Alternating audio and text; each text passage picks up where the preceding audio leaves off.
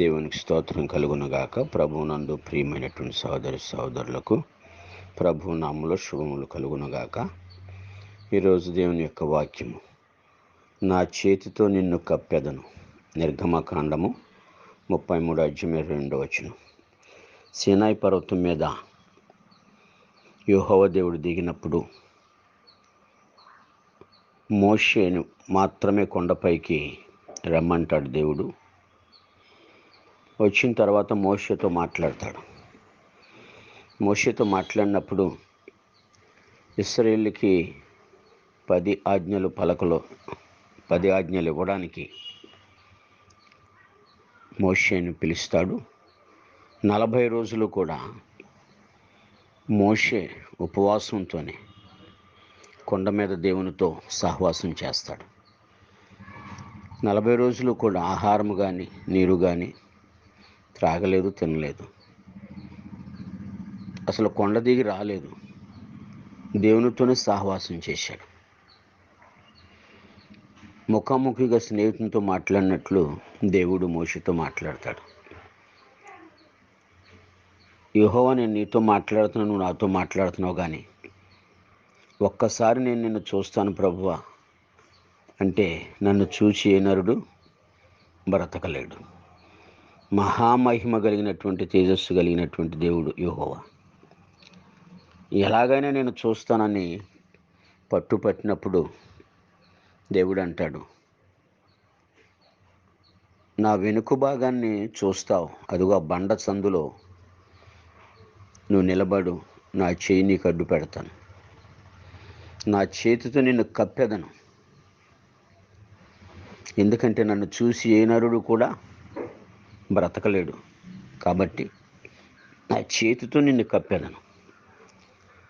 నా వెనుక భాగాన్ని చూస్తావు కానీ నా ముందు భాగం చూడలేడు అని మోషేతో చెప్పి, మోషేను దాటి వెళుతున్నప్పుడు ఆయన చేతితో మోషేను కప్పాడు. ఆయన వెనుక భాగాన్ని ఏం చూస్తాడు? ఆయన మహామహిమ తేజస్సు తప్ప ఆయన ఏం చూడగలుగుతాడు? ఎవరు చూడగలుగుతారు? ఆ రోజు మోషేని దేవుడు ఆయన చేతితో కప్పకపోతే మోషే బ్రతికి ఉండడు. ఈరోజు కూడా చాలామంది దేవుడు నాకు కనపడితే నేను నమ్ముతాను, దేవుడు నాతో మాట్లాడితే నేను నమ్ముతాను అనేవారు చాలామంది ఉన్నారు. కానీ ప్రతిరోజు కూడా తన బిడ్డల్ని ఆయన తన చేతితో కప్పుతూనే ఉన్నాడు, కాపాడుతూనే ఉన్నాడు. అన్నాడు కదా, నిన్ను కాపాడువాడు కునుకుడు నిద్రపోడు, యెహోవా నిన్ను కాపాడువాడు. ఈ రోజుల్లో కూడా ఆనాడు యెహోవాగా ఉన్నాడు, మోషేతో మాట్లాడుతూ ఇశ్రాయేలు ప్రజలు నడిపించాడు. ఈరోజు తన ఆత్మచేత నిన్ను నన్ను ఆయన నమ్మిన ప్రతి ఒక్కరిని కూడా కాపాడుతూ ఉన్నాడు, కప్పుతూ ఉన్నాడు. చాలామంది అనుకుంటారు, యాక్సిడెంట్ నుంచి బలి తప్పించబడ్డాను, ఇది నా భార్య పిల్లల అదృష్టం, నా అదృష్టం అంటారు. నీ అదృష్టం, నీ భార్య పిల్లల అదృష్టం కాదు నాయన. దేవుడు నిన్ను కప్పాడు, తన చేతితో కప్పాడు. కాబట్టి ఈరోజు వరకు నీవు నేను మనందరము కూడా సజీవుల లెక్కలో ఉండగలిగాం. దేవుడు కప్పకపోతే ఈరోజు మన బ్రతుకులు ఎలా ఉండే ఒకసారి ఆలోచించేయండి. ప్రతిరోజు కూడా నిన్ను కప్పుతూనే ఉన్నాడు, నిన్ను కాపాడుతూనే ఉన్నాడు, నిన్ను రక్షిస్తూనే ఉన్నాడు. ఇంకా చాలామంది దేవుని వైపు తిరగని వారు కూడా వారిని కూడా కప్పుతున్నాడు. ఎప్పటికైనా నా వైపు చూస్తారు, నన్ను నమ్ముతారు, నేనే దేవుణ్ణని తెలుసుకుంటారని యేసుక్రీస్తు ప్రభువారు తన కృపా బాహుళ్యాన్ని బట్టి తన చేతి నీడలో మనల్ని కప్పుకుంటూ వస్తున్నాడు.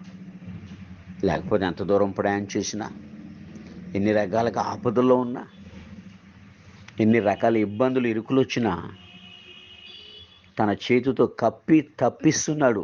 ఆయనకి ఏం చెల్లించగలం? ఆయన రుణం ఎలా తీర్చగలం? కాబట్టి నా ప్రియ సహోదరులారా, మీరు ఆలోచించండి. ఈ రోజు వరకు నువ్వు క్షేమంగా సజీవంగా ఉండగలిగావంటే ఆయన చేతితో నిన్ను నన్ను కప్పాడు. ఆనాడు మోషేని కప్పాడు. ఈరోజు తన ఆత్మ ద్వారా, తన ఆత్మచేత, తన కృపచేత మనందరినీ కప్పి కాపాడుతూ, రక్షిస్తూ, నడిపిస్తూ ఆయన నామానికి సాక్షులుగా ఉండాలని ఆయన నిన్ను నన్ను కప్పుతున్నాడు. కాబట్టి మోషేని కప్పిన దేవుడు ఈ రోజున మనల్ని కూడా కప్పి నడిపిస్తున్నాడు. ఆయనకు కృతజ్ఞతాస్తుతులు చెల్లిస్తున్నావా? ఆయన నామాన్ని మహింపరుస్తున్నావా లేదో ఒకసారి ఆలోచన చేసుకోవాల్సిందిగా ప్రభు పేరట మీకు తెలియచేయుచున్నాను. దేవుడు ఈ మాటలు దీవించునుగాక. ఆమేన్.